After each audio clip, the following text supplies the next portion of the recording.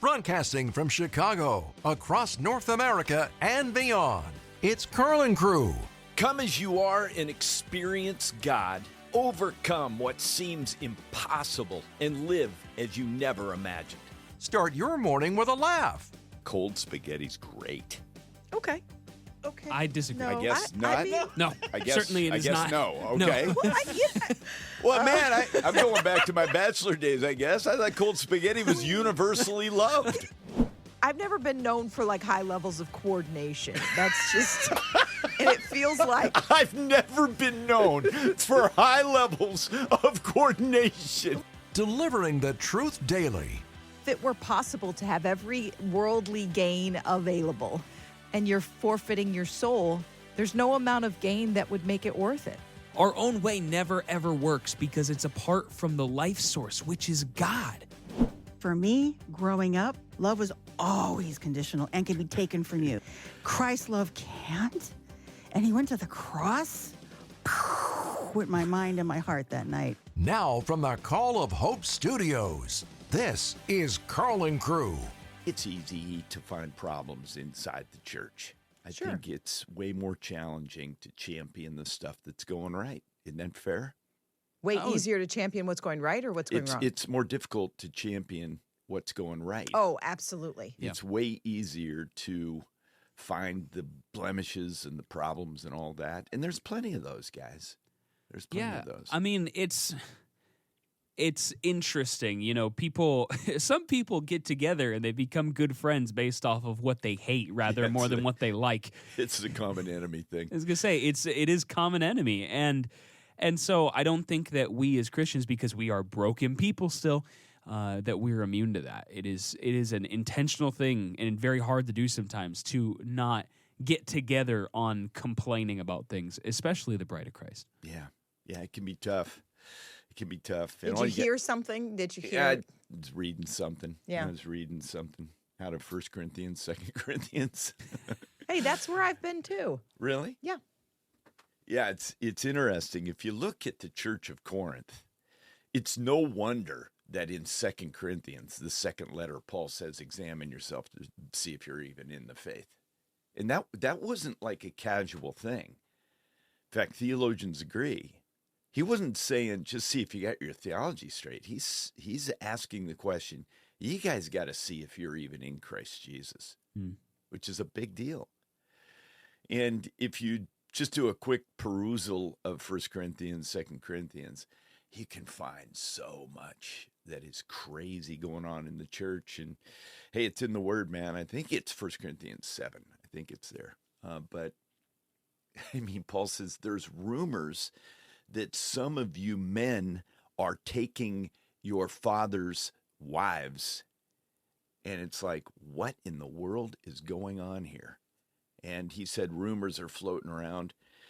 And Paul wasn't a big one on rumors, but sometimes rumors you got to go after and go, hey, is there any truth to this? Is this actually happening? Just speak it. Is this going on here? And you can look at the problems in Corinth and you go, oh my goodness. I mean, there were abuses of the Holy Spirit. There was communion was crazy. There's guys getting in little groups because communion really was part of the love feast where you came together and you ate meals together, but they were having groups, were eating aside from other people. So there was all kinds of little spats going on, and some people were drinking a little bit too much communion wine and Yeah. they were getting pounded. Trivial lawsuits. Trivial lawsuits galore. And they had favorite apostles, favorite preachers, and Paul wasn't high on the list. I mean, when you come in with this much conviction, it's hard to be high on the list. You know, that's an interesting thing that you just said. I never really thought about it until it just came out of my mouth right there. But yeah, I think. So what do you mean by that? Well, I think it's sometimes people mistake conviction for judgment, you know? Yeah. Well, you got to be careful that you're judging me too much. And it's like, okay, well, let's let's be careful about that sentence, because yes, of course, we can't just be walking around judging people, not looking at ourselves, not carrying that around for ourselves, but doing it for other people. That's a problem. But conviction of the Holy Spirit is a beautiful thing. And sometimes people get rubbed a little too much the wrong way when someone comes in and brings conviction on them. I'll say it for myself. I struggle with being a defensive person, and I recognize it. But my first thing a lot of the time, even with conviction, is to go, blah, blah, blah, blah. I don't like how you said that. I know that same language. Yeah, right. I know that same language. I think first blush. So if my bride brings something to me, my first blush is not, oh yeah, bring it in. Yeah, that's great. I think first blush is a little bit of chafing. Sure. God's really grown me up in this area. When I was a newlywed, it was like, ooh, boy, don't bring anything to me. That was embarrassing days. But, you know, if you could learn the art of listen, sort through it, own what you can own, boy, that can really help you in your spiritual trajectory. Yeah. Because the other one didn't work real well. Now, I know Allie's got this figured out. Yeah, she does. Yeah. No, I mean, that's our human flesh nature gets pricked easily when we feel like we are being criticized, or we get offended, and then we get defensive, and then it's like, how could you say that about me? And then we want to flip it around and make it about, well, what about you? You're not so great yourself. You think you're perfection personified? Right. Yeah, that's why Paul really ticked off the Church of Corinth. I'm sure of it. You know, it's interesting. So you look at the problems in the church, but Paul's solution is almost funnier than the problem. When was the last time somebody told you to man up, Allie? Well, Ever? Have you ever been told to man up? not in so many words. No. I mean, I can think of like time. I mean, you know, in sports, I can think of coaches. You know, it's kind of like the toughen up, like get out there and get it done. I mean, so kind of, I guess, but never man up. Yeah, that's what Paul says to the Church of Corinth. And I know this is going to be shocking to you because some of you have thought, oh, that can't, he must just be speaking to men there. I mean, the tail end of 1 Corinthians is chapter 16, verse 13. Be watchful, stand firm in the faith, act like men. I'm going to explain this in a moment because some of you are like, oh, man, I don't know if I can listen to Paul either. Act like men, be strong. Let all that you do be done in love. I've seen men's ministries that love to grab this act like men, and all of a sudden it turns into, yeah. It's kind of the grunt and spit and chest forward kind of thing, shoulders back. And I love that. It's good to have good posture. But that's not what's being spoken of here. As a matter of fact, this is his roundhouse conclusion in this letter to all these problems. And I did a deep dive on this word, and this word does not mean act like men in a sense that it's addressing men only. Paul is taking a great aspect of biblical manhood, and he's saying all of us, and the aspect that he's saying is need to be strong against these things that I've been writing to you. And I'm fascinated that he tells men and women alike in this letter, act like men. Isn't that something Now, else? is this a, you know, because sometimes when there's the use of the word men in Scripture, people will say, well, this is kind of mankind here. This is No. And this is like a gender. This is male. This is gendered language, I guess. Yeah, it's gendered language, but it's not dismissing women. It's actually presuming something that's pretty picking egalitarian here, which is pretty amazing. He's saying, let's go, church. Let's step up here. Let's get strong. But the caveat that we've got to remember here, and it harkens back to 1 Corinthians chapter 13, just 3 chapters before this, let all that you do be done in love. So if you see, act like men, be strong, but all you do be done in love.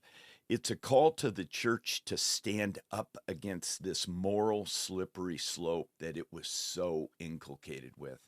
And it's a fascinating verse. It really is. We're going to be talking chivalry all week long. It's kind of a Middle Ages term. It has to do with honor and respect. It has to do with war, but it really has a lot to do with men treating women respectfully. Isn't that cool, Allie? Yes. You love that, don't you? I mean, I love chivalry. I mean, and women, we love chivalrous men. Yeah, it's true, isn't it? It is. And those aren't toxic men. No. Mm-mm. They're usually characterized by love, aren't they, Allie? Men who treat women with respect, with honor, with care, with Yes. concern. Yeah, it's really good. We're going to be tackling chivalry as we've already gotten into a full hour of this week. And I think the only thing I want to say here is, men, God has so much more for you. It's going to be, by the time we're done this week, you're going to realize, you're going to hear it. Chivalry still gets style points in our world today. Humble yourself under God's mighty hand. He's going to lift you up today, men. He was running from God, but God's love brought him home. Carl is in the crew. It's Carl and Crew on Moody Radio. Well, you know, worldview is a big deal. And oftentimes minds are very impressionable. The discussion about when do you send your kids off to, the public school sphere, right, Allie? Come on, you've been in those discussions. Absolutely. I mean, education. What are you going to do to educate your child? That is probably one of the hottest topics in every mom face group that you'll find. Really? Oh, yeah, especially when your kids are little. Man, coming up here, we got a man passionate about it. Dear friend, former right-hand man to Pastor Lutzer, and just a good brother in Christ. Hutz Hetzberg coming up. Take your next step with Jesus today. You're listening to Carl and Crew. Well, it's not often that we bring on a guest, and boy, do I love this man. Dear friend, love him, Hutz Hetzberg, tremendous guy. And, the initial thought was, well, look, people around the United States are going to want to know about this summit that's coming up. And here's the crazy news. This thing's filled up. Hutz, there's a hunger out there for people to really guide students' education processes grounded in transcendent truth, isn't there, Hutz? Well, absolutely, Carl. Right now there is such a hunger for real education, Christ-centered education, and unfortunately that's what we're all about. We're committed to Christ-centered biblical education that can transform lives, transform families, and transform the culture. And that's what we're all about with the organization, Turning Point Education, that I work with. Yeah, if you don't know Hutz Hetzberg, I need you to know something. 20 years as chaplain and 7 years with Erwin Lutzer, Pastor Lutzer. That would have been an incredible journey. And then at Christian Heritage Academy, it's a phenomenal Christian academy that was founded by Wayne Grudem a number of years ago, and he was there 7 years as the president of that incredible academy. And now you are with TP, Turning Point USA's education arm. Now, I want to dispel some myths because I think there's some people that would look at TP USA education arm, and I think a big misnomer is that somehow there's an angry slant here. It's anything but that, isn't it, Hutz? Oh, there's no time for anger, Carl. There is so much positive, so much good happening, so much opportunity that's happening across the country from the macro level right down into communities. And there is a groundswell movement to recapture the kind of education that our forefathers were educated by, and that's classical Christian education. It's not the only form of Christian education, of course. But yes, there's no anger here, Carl, because there is so much good that is happening and taking place. And by the way, you mentioned Pastor Erwin Lutzer, our mutual great friend. Yes. He's actually going to be speaking at our Educators Summit coming up this week. So we're so excited to have Erwin there as well. Yeah, that's thrilling. I mean, your slate of communicators is amazing. George Barna, I love it when we have him on here. You've got Al Mohler, you got John Stonestreet, Megan Basham, Riley Gaines, and so many others. These are cups half full kind of people. Let me just tag something here. I haven't even spoken about this on air. Ben Sass is dying right now. And he said something recently that I thought was profoundly insightful, and I didn't even know the history of it. He said, education as we see it today was a warehousing response to needs that would actually move people away from connectivity to the Catholic Church. He said it was born out of that. And he's not a big fan of current education system. How in the world do you impact something that isn't really striking gold with a lot of kids today? That's the big question. And, for so long that seemed like an insurmountable answer. It's just too big. We can't make a difference. But, we are finding, and we're by no means the only organization or the only group that is really trying to make a dent in this. But we are finding that parents themselves are beginning to wake up, Carl, and realize that first and foremost, it's their God-given responsibility to take responsibility for the education of their children. It's not something that they are to offload, and of course no one would say it that way, but to offload their children to a third-party entity where they don't know the teachers, they don't know the curriculum, they don't know the books that they're reading, and they're just trusting that somehow they're getting a good education. But finally, for all kinds, I think, good reasons, parents are beginning to wake up and realize, oh, wait, this may not be the kind of education that I want for my child. Oh, wait, you know what? There are some alternatives out there. Now there's some resources. Now maybe I can be more involved in the education of my child. Yeah. We believe that's a God-given responsibility he gives to every parent. Josh McDowell said, and this has been probably a decade ago, I was with him at an event, and he reached over, we were having dinner side by side, and he said, you know what, Carl? When I started in this ministry, I wanted to reach kids at the collegiate level. And then he said, I've noticed that then we needed to really reach them at the high school level and then the middle school level. And now he said, indoctrination in a worldview is happening at an elementary school level. But he's not far off, is he, Hutz? He's 100% correct. And I'll give you a couple of real wonderful, poignant underscores to that. So Charlie Kirk, founder of Turning Point USA, many of your listeners, of course, know that name now. If they didn't before, they know after September 10th. Charlie's first day 14 years ago was on a college campus. The last second of his life was on a college campus. But Charlie began to see something that the indoctrination of students was taking place long before they got to college. It's taking place, just as you said, high school, middle school, and we would argue and agree with Josh McDowell that it's actually happening at the elementary, primary school level. And so that was part of the impetus that started this newest division that I have the privilege of leading called Turning Point Education. It's our K through 13 education division of Turning Point USA. We need to start earlier, and that's exactly what we're trying to do. Yeah. Yeah, this is so good. Hutz Hetzberg, my guest right now. He is TPUSA Chief Education Officer. What are the big planks that are going to turn this thing around for kids to really love them well? What are some of the big planks? Well, I can tell you some of the big planks that we're doing, and this one is our first and foremost initiative and priority, Carl, and it's very exciting. We want to provide an alternative to the woke ideologies that we've been talking about here for the last few minutes that are happening primarily in public government schools, but not entirely, private schools, even in some Christian schools across the country. But we want to provide an alternative to that. So we are partnering with a couple of wonderful organizations, and our vision or our goal is in the next 10 years that we start 5,000 Christian classical schools across the country. And so we've got things moving in place to be able to do that.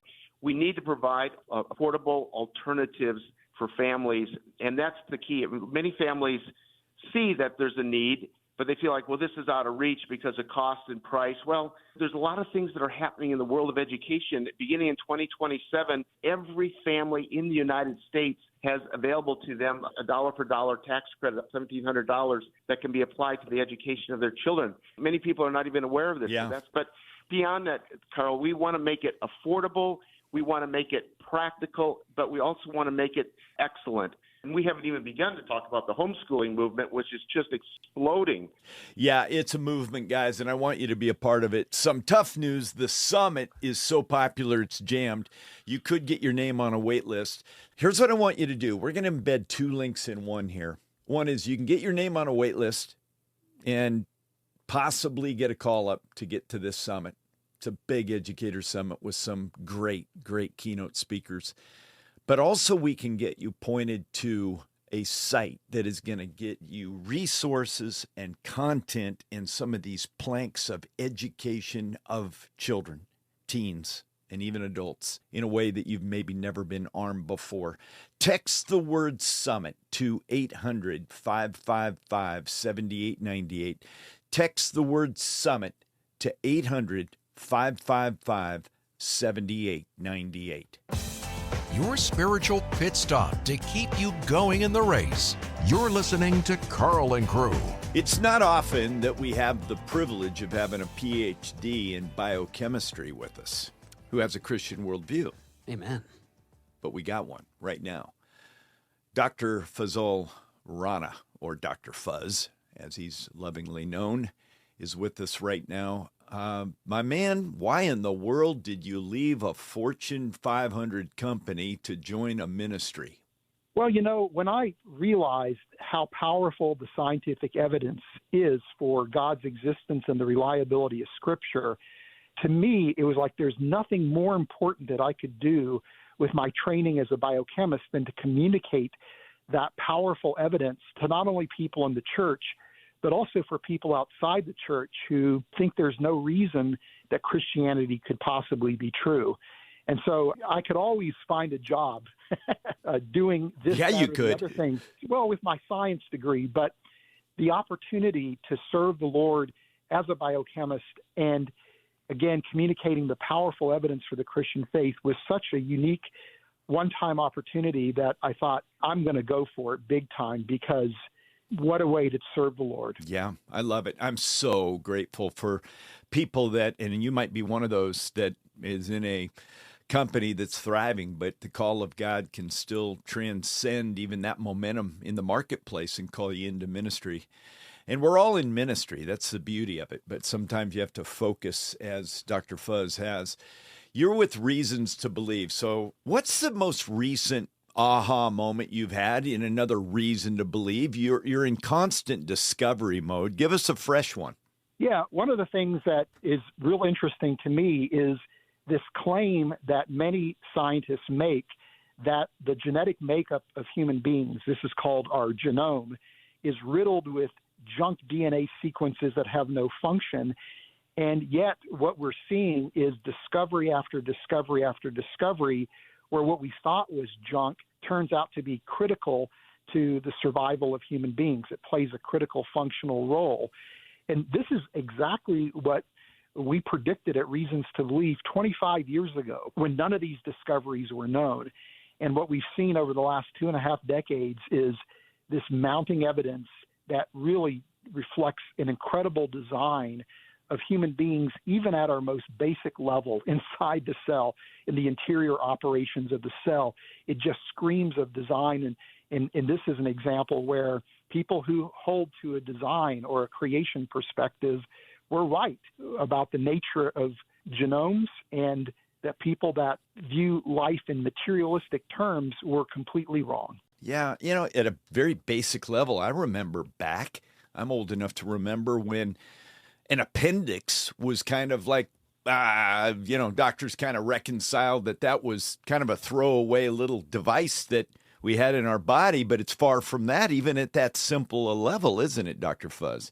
Oh, yeah. I mean, that's, again, one of the revolutions that's happening is what we thought was this useless vestige of evolution.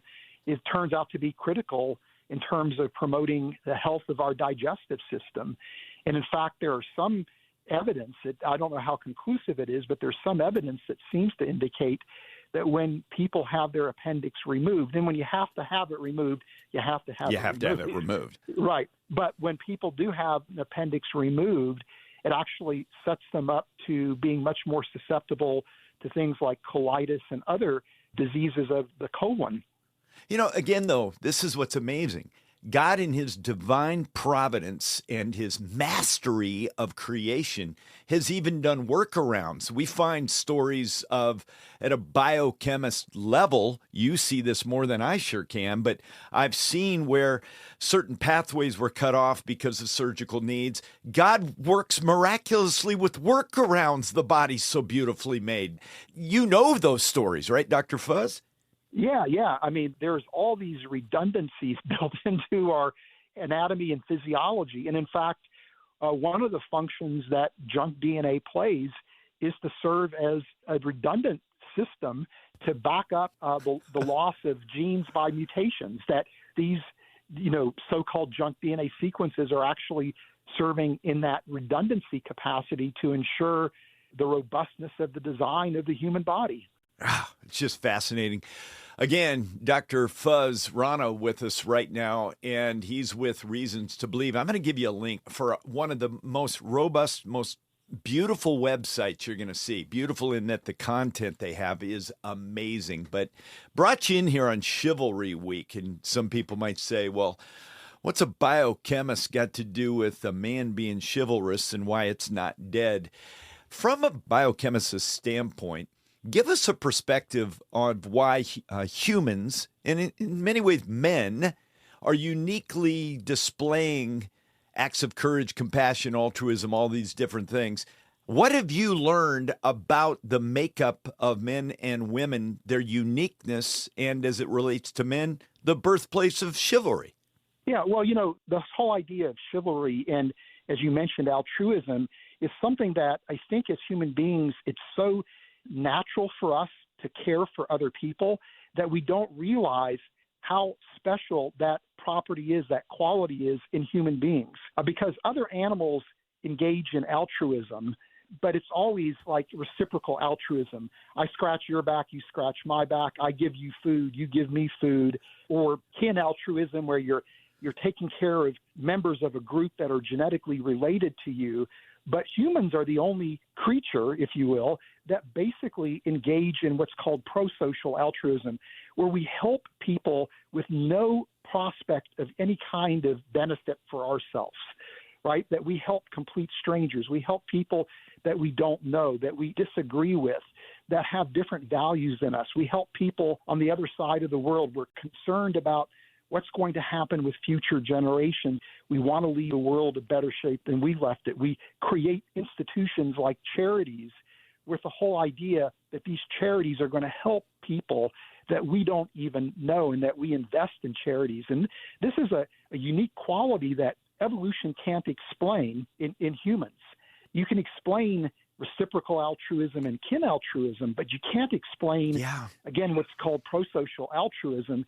And it appears to be hardwired into us, right? That we have something as human beings called theory of mind, where we recognize that others have minds like us, and we know what they're thinking, we know what they're feeling, and we have this enormous empathy because we have what are called these mirror neurons that are the source of empathy, that when we see other people, we experience what they're experiencing in a sense because of these mirror neurons. And there's even studies showing that when you do acts of service and kindness and generosity for other people, it triggers all these reward processes and systems inside your brain as if you were getting some kind of, direct benefit. It's hardwired into us. That only makes sense if we understand that humans are made in God's image. Yeah, I was just going to go there, Dr. Fuz. So is this the fruit of being image bearers? Not that we are all born again. The vast majority of the people on the planet aren't. But there's a little window of God in all of our souls that creates this. That's beautifully said, Carl. That's exactly right, because that's how I view it, at least, is that as image bearers, we can't help but to recognize other people are special, that there's a sacredness about other human beings, that there's something valuable about them, even if we are not believers, even if we're not Christians. And of course, human beings can do wicked and evil things towards one another, but that's because we are sinners. But even for people that are steeped in their sin, there's still that image of God that shines through on occasion, where we really are willing to help other people that we don't know, that really provide no benefit. They can't pay us back in any way. That's powerful. Dr. Fuz, I'm checking some pasta here. I don't know if it'll stick. Is there any biochemical evidence that something changes in our personhood as we are born again? Has anyone ever done a study of that, brain science or otherwise? That's a great question, and I don't know the answer to that. That actually would be worth taking a look at. But I do know that people that live according to biblical principles live healthier lives, both physically as well as mentally, that there's a real benefit to pursuing biblical wisdom. And again, if you engage in altruistic behavior, it does have effects on your brain, right? Where there's this reward system. And, the way that reward systems work is that when you're rewarded for a certain act, you're more likely to do that act again and again. And so becoming altruistic and generous and kind feeds on itself and makes you more and more like that quality. And to me, that's the ultimate value, in the kingdom of God, right? Yes. Is altruism. Dopamine, isn't it fascinating that God made dopamine? Now, we can abuse how we get it, but God made it. How cool is that, Dr. Fuz? Oh, yeah. I mean, that's absolutely remarkable that there are these neurochemicals that reinforce good behavior that, oxytocin is another. It's called sometimes the love chemical, right? That when we love another person, there's that release that we find gratifying, right? That compels us to seek after that release more and more. I exercise every day, and part of my motivation is I'm addicted to my own dopamine. Right? Yeah, You get this dopamine release when you exercise, and that compels you to do exercise again because you're chasing that dopamine release. I love it. Based on biochemistry, what's a promise you can make to every man listening who initiates toward his woman, loving her as Christ loved the church, being an initiating man, not getting stuck in passivity, leading courageously? What can you say from a biochemist standpoint is going to be their reward? It's right down these lines, isn't it? It is. Well, the feeling that you're going to have when you do that type of thing is going to be, again, the same type of feeling that you would have when you listen to great music or you eat a great meal. There is going to be a real reward that you will feel in your brain when you engage in that kind of chivalrous behavior. And again, if nothing else, by continuing to engage in that behavior, you're going to get a deeper and deeper reward over time. But that's really not the reason why you want to do it. You want to do it because it's the right thing. Yeah, and that's kind of an interesting thing. I've talked with some theologians about this. Is it okay to pursue God for rewards? There's more and more of a tilt toward, no, God made those rewards. God made dopamine, and to delight in that, not a bad motivation, although honoring God is first and foremost. I love it. Dr. Fuz Rana with us right now. Fuz, when folks get to your website, what are they going to see? There's going to be all kinds of articles and videos that they can access for no cost that gives them insight and answers to a wide range of science faith questions. And what I'm excited about is in June, we're going to launch a new website that's going to be actually focused on answering questions that most lay people have about science and faith. So we're going to expand our website so that it's much more friendly to the person that doesn't have a science background. Love it. Check it out, Boom Crew. It's called reasons.org, but all you got to do, simple little link, text Fuzz, F-U-Z, F-U-Z, that's it. Just Fuzz to 800-555-7898. Everything you need right there. Text Fuzz to 800-555-7898. Your shot of hope to get you through the day. You are so loved. God does not want you to stay in your past. And I want you to know and believe that today. You're listening to Carl and Crew. Well, we've established, and this isn't hard to figure out, that there's a lot of different manifestations of manhood. Two of them missing the mark, two big buckets missing the mark. It's kind of like how we fall off the high ridge of biblical masculinity. One is passivity, and we get that. We see Adam doing this great trick.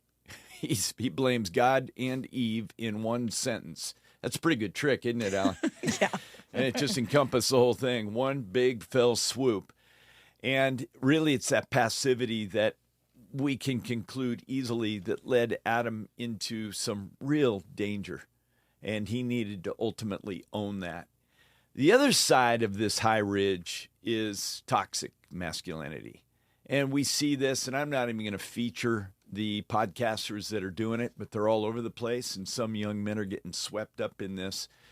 But authentic masculinity that leads to real chivalry, it's not dead, guys. And we got someone here that's going to champion it big time. Seth Troutt with us right now, teaching pastor at Ironwood Church in Phoenix metro area. Man, you're committed to getting on this high ridge, aren't you, Seth? I'm doing the best I can, and I'm really trying to help young men in particular catch a vision for how exciting and captivating godly masculinity can be. Seth Troutt is the author of a new book called Authentic Masculinity, Leaving Behind the Counterfeits for God's Design. What were you seeing from your vantage point as a pastor, as just in culture, that prompted you to write this book? Well, the primary thing that was most concerning was how so many young men, even in church, were being led astray and being interested in a lot of what you just called as toxic masculinity, the kind of marriage is a trap designed to domesticate men, have kids with as many women as possible, all that kind of garbage that I do think is an overreaction to that third wave feminism that promoted the interchangeability of the sexes. But I was shocked at how many people within the church, how many young men within the church were being led astray by these bad teachings that really just baptize the desires of the flesh, especially sex, money, and power. Yeah, you know, you aren't wrong, man, and I appreciate your clarity on this topic. So you unpack counterfeits. You've touched on one or two already, but what are some of the counterfeits that guys have bought into that we need to clarify here? I think your whole theme this week on chivalry is really kind of hitting the nail on the head. What you have is either the non-use of power, which is passivity or abdication, and I think most men are stewarding wounds from that. They're underfathered or unfathered altogether, and maybe in response to some of that, they kind of go to a hyper emphasis on the distinctions between man and woman, and you kind of get this women are from Mars, men are from Venus type of thing going on that is, I think, really popular among young men in particular because it's trying to highlight and react against a lot of what their parents were taught and were teaching them. And that kind of reaction against the non-use of power to the misuse of power or abuse, people tend to flip back and forth between those from generation to generation. Yeah, it's so true. Seth Troutt, our guest right now. Let's linger a little bit on this without a father or underfathered. And what's amazing about this is, and you must be seeing it, you can be raised in a pretty intact family and not understand biblical masculinity at all. What happened there, Seth?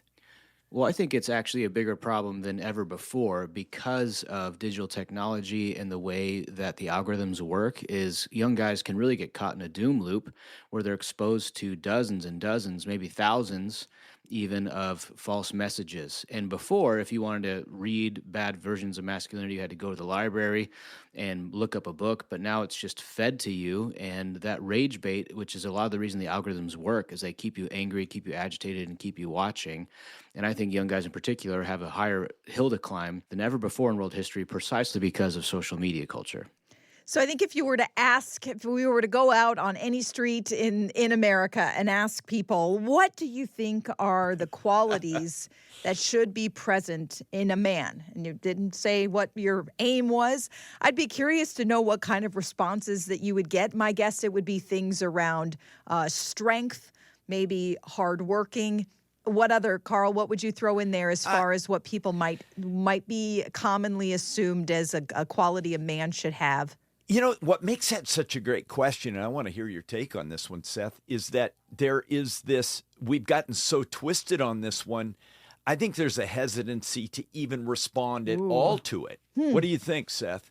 Oh, yeah. I've seen many clips on Instagram or TikTok where someone gets asked a question like that by a man with a camera and a microphone, and their friend says, don't answer that, you'll get canceled. And so there is that apprehensiveness. And people are slow to speak because they really don't want to get criminalized or crushed or canceled by some future employer or some future spouse. Okay, here's what's weird about that. Because, look, biblical masculinity, authentic, as you've titled it in your book, Masculinity, it's compelling, it's leading, it's loving, it's sacrificing. How did that get lost in the shuffle here? The reason that things get lost is the same reason for every generation. It's that the desires of the flesh are strong and people want to be validated in their disordered desires.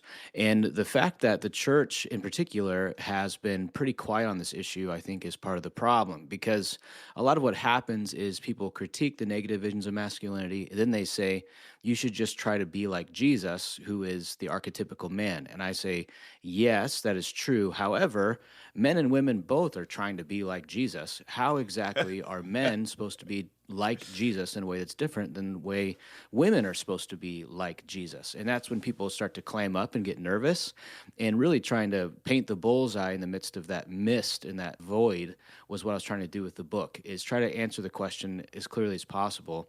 How are men trying to be Christ-like in a way that's maybe slightly distinct from how women are trying to be Christ-like? Okay, so let's name some of these things that you're discussing in the book. You kind of have organized it, structured around two pyramids: what a man should be like, so those virtues, and what a man should do, his roles. Let's start with those masculine virtues that are essential for godly character. Yeah, trying to align our disposition, our character, our virtues with reality is the goal. And so the first pyramid is actually the part of the book I'm the most proud of, but just it's rooted in a series of negations. So man is not God, therefore he must be humble.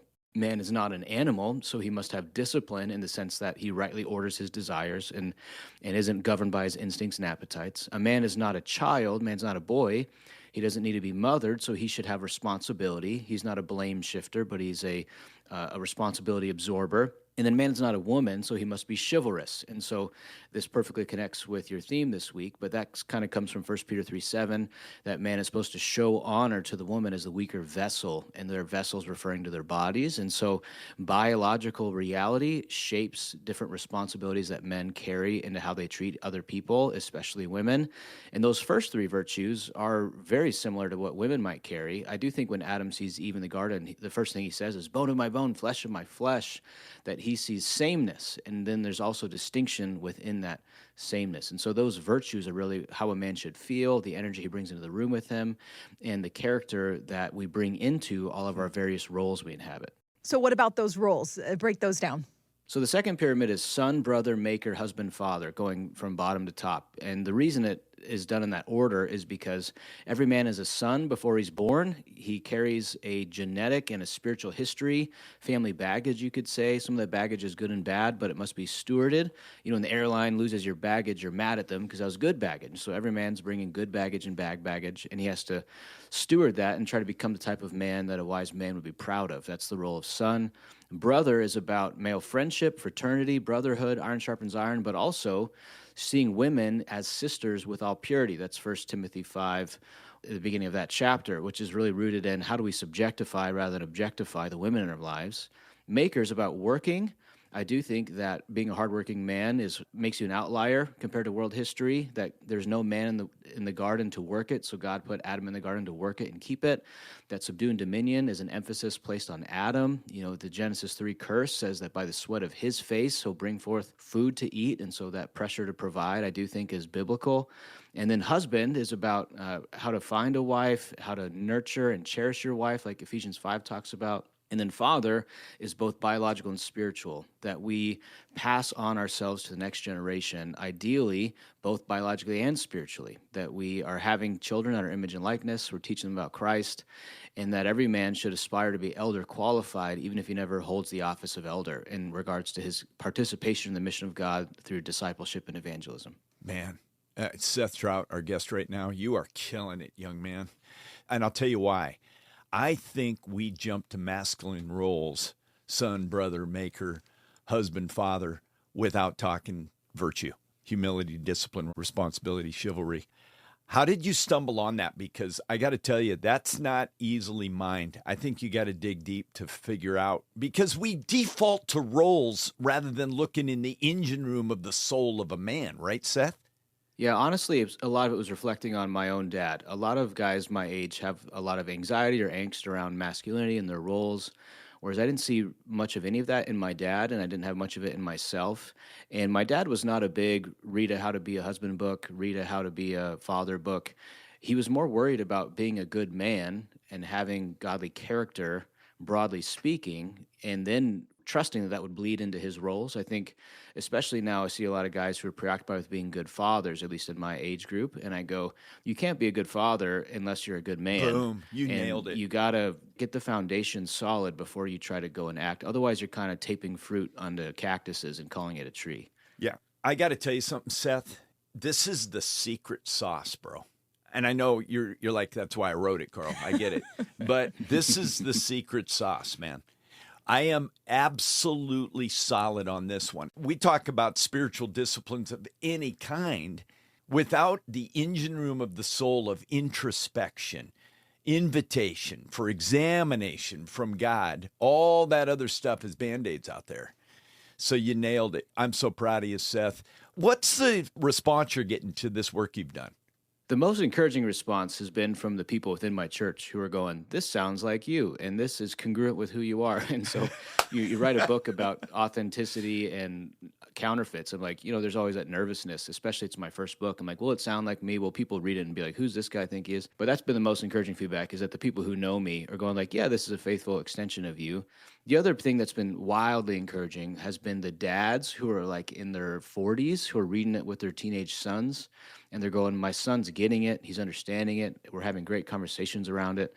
It's compelling. It's captivating. I can't wait for him to. And so a lot of these teens are now reading it with their friends as well. And I didn't necessarily have 17-year-olds in mind, but I definitely wanted 16, 17-year-olds to be able to read it. But I was really, honestly, my main audience was me, like myself, going, if we can get fathers to really get clear, biblical about who they are, then in their parenting, it'll naturally trickle down. Seth Troutt. The book is called Authentic Masculinity, Leaving Behind the Counterfeits for God's Design. Text authentic to 800-555-7898. Just that one word, authentic, 800-555-7898.